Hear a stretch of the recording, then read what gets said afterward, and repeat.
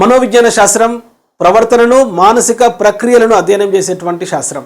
So psychology deals with behaviour and mental processes.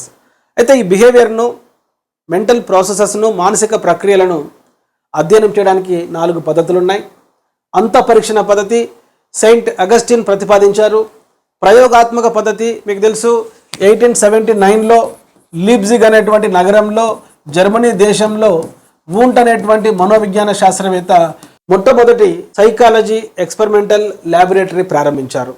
అదేవిధంగా మీకు తెలుసు, మనోవిశ్లేషణ పితామహుడు, father of psycho analysis Sigmund Freud ఎక్కువగా ఉపయోగించిన పద్ధతి ఈ యొక్క వ్యక్తి చరిత్ర పద్ధతి, కేస్ స్టడీ. మరి పరిశీలన పద్ధతి, అన్ని శాస్త్రాలలో పరిశీలన చాలా ముఖ్యమైన అంశం. పరిశీలించేటప్పుడు 4 రకాల పరిశీలనలు ఉంటాయి. సహజ పరిశీలన, కృత్రిమ పరిశీలన, సంచరిత పరిశీలన, అసంచరిత పరిశీలన. ఈ ప్రశ్న TGDSC 2024 పర్స్పెక్టివ్స్ ఇన్ ఎడ్యుకేషన్ అడగడం జరిగింది.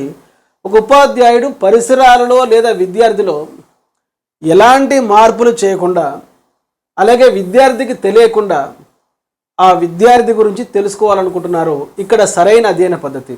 A teacher would like to know about a student of class 5th without knowledge of the student and also without any manipulation in environment or in students. Here the suitable method of study is. ఇక్కడ చూడండి, ప్రయోగ పద్ధతిలో మరి పరిసరాలలో ఉండేటువంటి ఉద్దీపనలను మార్చడం జరుగుతుంది ప్రయోక్త experimenter. అదేవిధంగా అంతఃపరీక్షణ పద్ధతిలో స్వీయ పరిశీలన, సెల్ఫ్ అబ్జర్వేషన్ ఉంటుంది. కేస్ స్టడీ మెథడ్లో కూడా ప్రాబ్లమాటిక్ స్టూడెంట్తో టీచర్ ముఖాముఖిగా మాట్లాడాలి. కనుక ఈ ప్రశ్నలో ఉండే ముఖ్యమైన అంశాలు గుర్తించండి. ఉపాధ్యాయుడు పరిసరాలలో లేదా విద్యార్థిలో ఎలాంటి మార్పులు చేయకుండా పరిశీలించడం పరిశీలన పద్ధతి యొక్క లక్షణం. అదేవిధంగా విద్యార్థికి తెలియకుండా పరిశీలించడం నాన్ పార్టిసిపెంట్, అసంచరిత పరిశీలన యొక్క లక్షణం. ఇది కూడా పరిశీలన పద్ధతిలో భాగం.